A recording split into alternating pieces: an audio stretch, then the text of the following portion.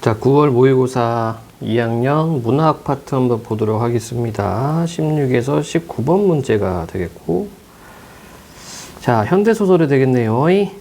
자, 문제를 먼저 볼 때, 자, 모의고사 문제는 그 푸는 방식과 요령이 있습니다. 특히 문학은 문제부터 먼저 봐줘야 되고, 포커스 맞춰줘야 돼요. 자, 16번 인물에 대한 것, 17번 대화에 대한 것, 자, 이런 거는 이제 포인트 문제라고 하죠.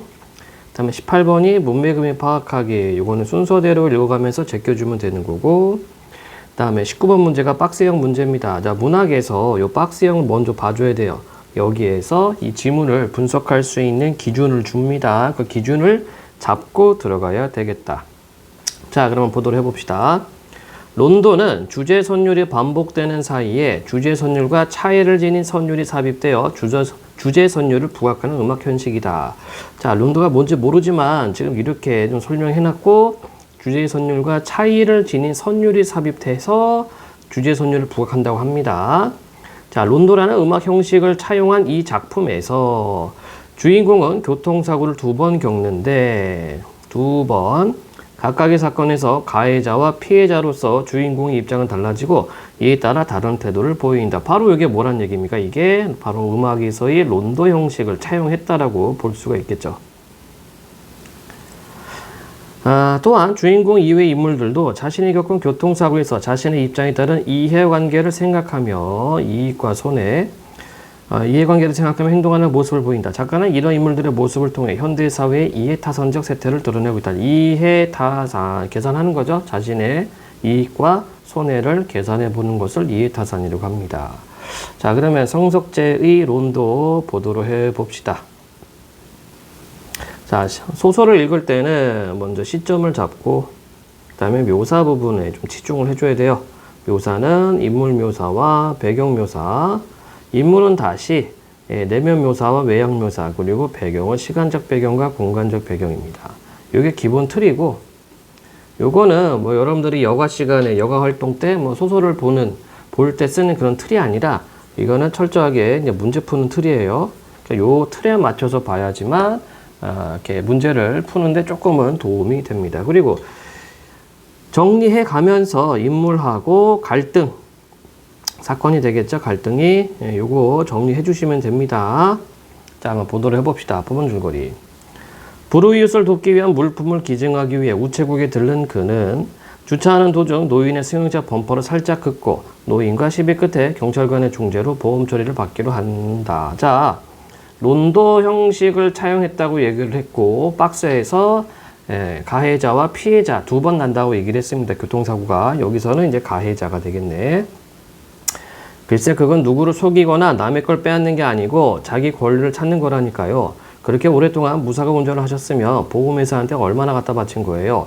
그동안 사소한 사고를 내고도 몇백, 몇천씩 뜯어먹을 운전자들이 또 얼마나 많겠어요. 자, 그러면 몇백, 몇천씩 뜯어먹은 이 운전자들은 어떤 사람입니까? 이해타산적인 그런 인물들이 되겠죠. 이제는 사장님 밥상을 찾아 먹을 때도 됐죠. 본업인 차량 경정비보다는 덴트, 보험 처리라는 글자를 훨씬 더 크고 화려하게 유리문에 붙여놓은 정비업체 사장은, 여기 인물들 나오면은 체크해 주시면 좋겠습니다. 몸집이 자그마했다. 안경 너머에서 눈이 반짝거렸고 작은 입술은 빠르고 매끄럽게 움직였다. 자, 문맥음에 파악하는 것은 한 문장 정도 더 봐주시면 좋을 것 같습니다. 그는 매끈하게 치장해 놓은 가게한 공간에 어울리지 않게 크고 둔중해 보이는 자신의 차에 몸을 기댔다. 자, 요렇게 보니까 외양 묘사를 좀 해주고 있네. 자, 그러면 18번에 1번. 눈이 반짝거렸고와 작은 입술을 빠르고 매끄럽게 움직였다를 보면 서술자가 외양 묘사를 통해 맞는 설명이죠. 인물의 특징을 드러내고 있다. 그러네요. 외양 묘사를 하는 거는 이건 너무 100%입니다. 예, 인물에 대한 특징이야. 인물에 대한 특징을 부각하려고 외양 묘사를 하지. 그럼 미쳤다고 이 소설가들, 글쓴이, 작가들이 이거를 외양 묘사를 하겠습니까? 너무나 당연한 선지다. 자, 계속 보겠습니다. 글쎄, 보험회사 직원도 그런 말을 하긴 했어요. 쉽게 해결하는 방법이 있다고. 그래도 우리같이 순진한 사람이 그런 걸 할 수 있을까 싶은데. 그와 나이가 비슷해 보이는 사장은 말을 하면서도 눈과 귀, 손과 발을 쉬는 법이 없었다. 순식간에 그의 차에 새겨진 세월과 부주의 흔적이 드러났다. 자, 여기 또 외양묘사 좀 해주고 있죠. 누구에 대한 외양묘사입니까? 이 정비업체 사장. 여기 크게 박은 게 2군데고 작은 건 4군데네요. 범퍼는 새끈하게 칠해드리고 이거 다 합치면 한 7, 80 되겠는데요. 제가 보험 할증 안 붙게 50 안짝으로 맞춰 드릴 테니까 사장님은 보험회사에 전화해서 주차장에 가만히 세워놓은 차를 누가 바꿔 갔다고 하세요. 자, 주차장에 가만히 세워놓은 차를 누가 바꿔 갔다 하세요. 이거 거짓말이죠? 예. 분명히 위에 앞부분 줄거리에서 주차하는 도중 노인의 승용차 범퍼를 살짝 긁었다라고 했습니다. 근데 여기는 지금 주차장에 가만히 세워놓은 차를 누가 바꿔 갔다고 하세요. 이렇게 하고 있어요. 차 어딨냐고 하면 우리 가게 전화번호 알려주시고 담당 직원 정해지면 전화하라고 제 번호 가르쳐주세요. 그 다음에 사장님은 싹 빠지시면 됩니다. 나머지는 우리가 다 알아서 합니다. 프로니까요. 척하면 서로 알아보는 거죠. 자, 그래서 여기 소위 말하는 이제 꼼수 정비업체 사장이 그 꼼수를 알려주고 있습니다. 차를 맡긴 그는 최대한 천천히 걸어자. 결국 맡겼어. 최대한 천천히 걸어서 10여 분 만에 자신의 거처인 오피스텔로 돌아갔다. 접촉사고 이후 보험회사 직원의 예견대로 노인은 정비공장을 찾아가서 범퍼 전체를 교환했고, 자, 볼까요?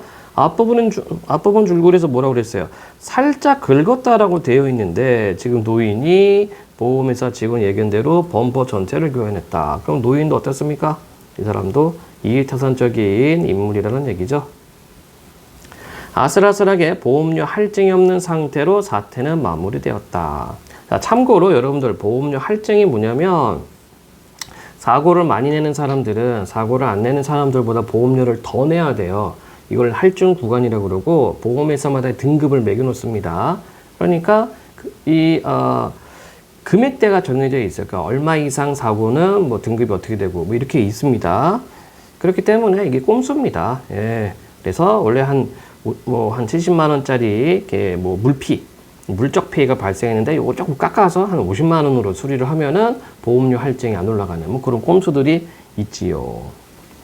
자, 그는 노인과 시비를 벌이는 와중에 화풀이로 차를 발로 차고 주먹질을 한 뒤 생긴 흔적을 포함해, 이 흔적은 지가 만든 거죠. 차에 생긴 크고 작은 상처를 손볼까 싶어서 차량 정비와 외장 수리를 전문으로 한다는 오피스텔 앞 정비업체를 찾았던 것이다. 자, 그래서 이 오피스텔 앞 정비업체 찾아갔더니만 이 사람이, 이 정비업체 사장이 여러 꼼수를 알려줬습니다. 보험회사에 전화를 걸자 전과 마찬가지로 친절하게 모시겠습니다. 파라웨이 자동차보험 상담원 김민영입니다. 무엇을 도와드릴까요? 하는 기계음을 닮은 여자 목소리 들려왔다. 그는 알레르기 증상이라도 있는 것처럼 기침을 했다. 제 차를요, 주차장에 놔뒀는데요. 어떤 놈이 살짝 받고 도망을 간 것 같아서요. 예, 고객님. 정말 상심이 크시겠습니다. 그럼 먼저 고객님의 신원부터 확인하고 도와드리도록 하겠습니다. 전화번호가 018-231-9173 맞으시나요? 고객님 성함은 박자, 정자, 국자 맞으시죠? 일부러 그랬을 거예요. 원래 그 성에는 이 자자를 안 붙입니다. 성함은 박, 정자, 국자 이렇게 해야 돼요. 신원을 확인하고 난 뒤 상담원은 차를 언제 어디에 어떻게 세워두었느냐고 물었다. 그가 오피스텔 주차장이라고 대답하자 주차장 몇 층 가운데 몇 층인지 출입구에서 어느 정도 되는 위치인가도 물었다. 그는 허둥대는 와중에도 혹시 CCTV가 작동했을지도 모른다고 생각해 주차장 바깥 건물벽에 붙여서 세워두었다고 둘러댔다. 그럼 몇 월 며칠 몇 시부터 몇 시까지 차를 거기다가 세워두셨습니까? 자, 니은 한번 확인해 볼까요? 18번에 2번. 서술자가 인물 간의 대화를 인용 부호 없이 서술하며, 그렇죠? 인물이 처한 상황을 드러내고 있으면 알 수 있다. 그렇습니다. 맞는 설명이 되겠죠? 예. 그래서 인물들의 대화를 지금 이렇게 요약적으로 제시를 좀 해주고, 요약적 제시가 아니라 대화를 이렇게 따옴표 없이 제시했습니다. 대화가 진행되면서 상대의 목소리에 처음에 기계 같던 느낌은 많이 사라졌다. 20대 중반쯤이나 되었을까 싶게 앳되고 맑은 목소리에 그는 문득 수치심을 느꼈다. 자, 수치심을 느낀 이유가 뭡니까? 거짓말했잖아. 그렇죠? 자기 차 좀 이렇게 보증 수리 받으려고 보험사로부터 수리 받으려고 거짓말했어요. 자, 지금 중략하고 끊어졌습니다. 그럼 앞부분 내용을 정리할 수가 있겠죠? 그라는 인물이 지금 어떻게 했어요? 노인의 차를 살짝 범퍼를 긁었습니다. 그랬더니 이 노인은 자기 범퍼를 다 갈아버렸고 그는 또 자기 또 홧김에 또 이렇게 주먹으로 치고 손으로 치고 발로 찬 부분까지 포함해서 수리하려고 오피스텔 근처 정비업체에 갔다가 이 정비업체 사장이 꼼수를 알려줬죠. 예. 자, 그의 대화 문문 우리가 풀어야 되겠다. 우리가 지금 이렇게 중략 부분이고 위에 포인트 대화가 있었습니다. 이때 대화는 보험회사 직원과의 대화였죠. 자, 17번 문제 가장 적절한 것은 공통의 관심사를 확인하는 과정에서 인물들의 동질감 아니고 문답 과정을 거치며 부끄러움을 느끼게 된 인물의 모습이 드러났고 그렇죠. 자기가 거짓말했기 때문에 목적을 달성하기 위해 계획을 치밀하게 준비했다 아니죠. 상반된 견해를 가진 인물 아니고요. 난처한 상황에 직면한 인물의 솔직함이 아니죠. 그럼 거짓말했습니다. 따라서 답은 2번. 자, 이렇게 읽어가면서 풀 수 있는 문제들이 있기 때문에 모의고사는 지문을 보기 전에 먼저 문제를 한번 훑고 어떤 유형의 문제가 있는지를 미리 좀 보고서 지문을 분석하는 게 좋습니다. 자, 다음 중략 부분부터 그의 차 뒷부분은 거대한 강철손으로 움켜잡아 찌그러뜨린 듯 했다. 원래 그가 세웠던 자리에서 받친 충격으로 50cm쯤 움직여 기둥을 들이받은 터라 오른쪽 뒷문이 완전히 으스러진 채였다. 그는 나에게도 이런 행운이 찾아올 때도 있구나 싶어 가슴이 떨렸다. 자, 지금 상황을 보니까 뭐 뒤에서 받친 것 같아요. 그렇죠? 네, 트렁크라고 했으니까. 그러니까 지금 이 사람 어때? 오, 나한테도 행운이 왔다. 예, 뭐 돈을 벌 수 있는 그런 기회가 왔다는 얘기네요. 그는 기쁨을 억제하며 일부러 크게 소리를 질렀다. 아이고, 이거 새로 덴트하고 코팅까지 한 게 일주일도 안 됐는데 돈 처바른 게 흔적도 없네. 두꺼운 뿔테 안경을 쓰고 양복 정장을 입은 중년 남자가 다가왔다. 남자는 일단 고개를 깊이 숙였다. 선생님, 이거 정말 죄송하게 됐습니다. 좋은 차를 잘 타시고 계신데 제가 실수를 해서 이렇게 되었네요. 자, 우리가 박스에서 봤습니다. 박스에서 그는 두 번의 사고를 겪는다고 얘기를 했고 첫 번째는 가해자, 그 두 번째는 피해자죠. 그래서 제목인 론도 형식을 차용했다라고 이야기를 했었죠. 지금 바로 피해자가 된 겁니다. 계속 질문 볼까요? 지금 자동차 보험회사에 연락했습니다. 제 차는 벌써 정비 공장에서 차가 와가지고 견인을 해갔는데 같은 보험회사에서 고쳐도 좋을지 선생님 의향이 어떠신지 몰라서 먼저 전화를 드렸습니다. 죄송합니다. 주무시는데 깨워서 또 죄송합니다. 얼마나 놀라셨습니까? 자, 지금 이 사람의 말하기, 중년 남자의 말하기는 굉장히 공손하다. 그죠? 그래서 여러분들 소설들 읽을 때 인물들의 대화, 말하기 방식이 어떻게 이루어지고 있는지도 체크를 해놔야 되겠습니다. 어차피 소설이라고 하는 것은 인물의 말과 행동 그리고 서술자의 심리 제시로 사건과 인물의 성격이 드러나기 때문이죠. 그는 두 손을 모아 공손히 답례라도 하고 싶은 심정이었다. 왜 그럴까요? 아싸 돈 벌었다 라고 생각하겠죠. 별 말씀 다 하십니다. 다 같이 운전하는 입장에서 보면 서로 이해할 수 있지요. 그런데 어쩌다가 목욕탕 천장에 환기시설이 고장났을 때 수리를 해주러 왔던 펜을 사오면 갈아주고 있다고 하던 젊은 기사가 나섰다. 자, 한 문장 더 볼까요? 젊은 기사 새로운 인물. 가해자 차주가 여기 사시는 분 맞고요. 320원 넘버 확인했어요. 전화번호도 따놨어요.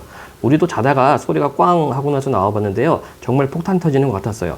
사장님 차는 앞에 있던 차가 커버를 해줘서 상황이 좀 나은 거예요. 그 차 완전 개박살 났어요. 자, 그럼 이게 어떻게 된 상황입니까? 그의 차가 이렇게 있고 중간에 어떤 차가 있고 그 다음에 이 중년 남자의 차가 요렇게 꽝 받았나 보다. 그리고 밀려서 또 꽝 한 것 같습니다. 차주분이 폐차해야 되겠다고 하더라고요. 출고 10년 된 코란도인데요. 그 차주분 되게 좋아하시면서 자, 여기 중간에 차주 이게 코란도구나. 그쵸? 그러니까 이 차주도 어떻습니까? 이해타산적인 인물이죠. 오래된 차 요거 어차피 폐차시킬 건데 뒤에서 꽝 받아줬으니까 예, 돈으로도 보상을 받을 수 있잖아요. 그는 말을 끊었다. 자, 그러면 위에서 있었던 디귿 젊은 기사 18의 3번입니다. 수리를 해주러 갔던과 갈아주겠다도 하던을 보면 서술자가 과거의 사건을 바탕으로 인물에 대한 정보를 제공하고 있으면 알 수 있죠. 과거에 뭐뭐 했던 사람이니까. 자, 다시 질문입니다. 어디 갔어? 예. 나도 7년 된 차인데 그런데 나 차 바꾸려다가 계약금으로 목돈 들어가지 등록비, 세금 무석부에서 좀 더 타자고 바로 얼마 전에 200만 원 주고 싹 도색하고 내부 고쳐서 타던 거예요. 그 돈 들이게 일주일도 안 됐어요. 안쪽에 서 있던 여자들 중 하나가 기침을 했다. 그는 말을 멈췄다. 역시 공기가 안 좋아. 예민한 사람들은 오래 있으면 좋지 않지. 어떻게 하시겠습니까? 같은 정비 공장에다 견인차를 또 오라고 부를까요? 전화할까요? 자, 18번에 4번. 누가 한 말인지 서술의 주체가 분명하지 않은 것을 보며, 네? 서술의 주체가 분명하지 않습니까? 여기 나오죠. 그는 말을 멈추었다. 역시 공기가 안 좋아. 예민한 사람들은 오래 있으면 좋지 않지. 네. 서술의 주체가 분명하지 않다. 글쎄요. 공간적 배경에 따라 서술자가 달라졌다? 아니죠. 자, 이 시점은 아까 이제 우리가 얘기했다시피 시점을 잡아야 되는데 얘는 뭐 3인칭입니다. 3인칭이고 전지적 작가 시점이죠. 예, 요거를 체크를 안 했지만 나라는 인물이 없습니다. 예, 작품 밖 서술자가 인물의 심리를 직접 제시를 해줬어요. 그렇기 때문에 전지적 작가 시점입니다. 서술자가 안 바뀌어요. 18번 답은 4번. 투버튼 회색 정장에 물방울무늬 넥타이를 맨 중년 남자가 정중하게 그에게 물었다. 역시 외양묘사 해주고 있고 뭔가 좀 이렇게 공손한 듯한 그런 모습을 보이고 있습니다. 이 중년 남자는. 그는 이럴 때는 어떻게 하는 게 좋을지 물어볼 사람이 있는지 생각해 보았다. 예, 그래요. 전지적 작가 시점입니다. 그가 아는 한 주변에 같은 일을 겪거나니 그런 행운을 맞이해 본 사람은 없었다. 시간이 어떻든 간에 전화를 받은 사람 아침부터 재수가 없다고 할지도 모른다. 이 세계에는 행운의 총량이 정해져 있는데 한 사람이 행운을 많이 가져가면 남은 것은 나눠 가자는 사람들의 몫이 줄어든다. 자신의 몫이 줄어드는 것을 재수가 없다고 표현한다. 자, 5번. 재수가 없다고 할지도 모른다를 보면 특정 상황에서 보일 수 있는 반응을 서술자가 확정적으로 진술하지 않고 추측하여 서술하고 있음을 알 수 있다. 그렇죠? 몸을 울릴지도 모른다. 이렇게 해놨습니다. 따라서 18번에 적절하지 않은 것은 4번이었습니다. 서술자 달라지는 게 아닙니다. 전지적 작가 시점입니다. 자, 19번 문제도 바로 풀어보도록 하죠. 박스 문제는 질문을 다 읽고서 좀 이렇게 빨리 처리해 주는 게 좋을 것 같아요. 자, 그가 노인의 승용차 범퍼를 긁은 것과 중년 남자가 그의 차를 찌그러뜨린 것은 모두 교통사고에 해당하는데 이는 론도라는 음악 형식을 차용하여 주인공이 겪는 사건을 보여주는 것이라 할 수 있죠. 그래서 첫 번째는 가해자였는데 두 번째는 피해자가 됐습니다. 두 번째, 노인이 정비 공장을 찾아가서 범퍼 전체를 교체하는 것과 코란도 차주가 폐차해야 되겠다고 말하며 좋아하는 모습에서 이해타산자 세태 확인 맞고요. 세 번째, 노인과 시비를 벌이며 화풀이로 차를 발로 차고 주먹질한 그가 중년 남자의 사고를 행운이 찾아온 것이라고 여기는 것은 자신의 입장에 따른 이해관계를 생각하며 행동하는 인물의 모습 맞고, 그 돈 들인 게 일주일도 안 되었다는 그와 공손히 답례라도 하고 싶은 심정이라고 생각하는 그의 모습은 입장에 따라 다른 태도를 보인다가 아니라 같은 태도죠. 4번 틀렸습니다. 그래서 아싸 신난다. 나 뒤에서 받았네. 주차하고 있는 걸 내가 받아버렸네. 돈 벌었다. 이런 심정에서 말한 거고요. 5번. 접촉사고의 상황과 오른쪽 뒷문이 완전히 으스러진 사고 상황을 통해 사건에 따라 주인공의 입장이 달라진다는 점 확인한다. 그렇죠? 접촉사고 상황과 가해자였고 오른쪽 뒷문이 완전히 으스러진 사고는 피해자입니다. 따라서 적절하지 않은 것은 4번이 되겠습니다.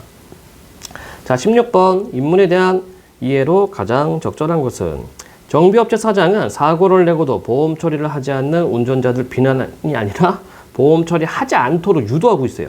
두 번째, 그는 보험회사 직원이 말한 방법을 자신이 실행할 수 있을지 의구심을 가졌다. 요게 맞는 게 되겠죠. 어디 있었습니까? 요 부분은 요 부분입니다. 위에서 정비업체 사장이 뭐라고 꼼수를 말해주니까 우리같이 순진한 사람이 그런 걸 할 수 있을까 싶은데 라고 반문했어요. 따라서 16의 답은 2번이고 나머지도 확인해 봅시다. 정비업체 사장은 수리해야 하는 부분을 언급하며 그의 부주의함을 지적했다가 아니라 아니 왜 그 돈을 그렇게 보험회사 내면서 왜 안 찾아 먹어요? 라고 얘기를 했고, 중년 남자는 그에게 자신과 같은 보험회사에서 차를 수리할 것을 요구하였다가 아니 요구라기보다는 좀 이렇게 의향을 물어봤다라고 볼 수 있겠고요. 젊은 기사는 중년 남자가 사고를 내는 순간에 목격한 내용을 그에게 전달하였다. 목격한 순간이 아니라 자기도 자다 일어나서 내려와서 그 상황을 판단했다라고 얘기를 했습니다. 따라서 가장 적절한 것은 2번이 되겠습니다. 자, 다음에 17번 아까 했고 18번도 했고 19번도 했죠. 자, 그래서 이게 문학을 문제를 풀 때에는 우선순위가 있기 때문에 여러분들이 이렇게 우선순위를 먼저 잡고 지문 안으로 들어가야지 지문을 한 번에 보고 보다 더 빠르고 정확하게 풀 수가 있겠습니다. 이런 패턴 연습을 좀 많이 해주시길 바랍니다. 자, 성석재 론도 현대소설 지문풀이와 문제풀이 마치도록 합니다.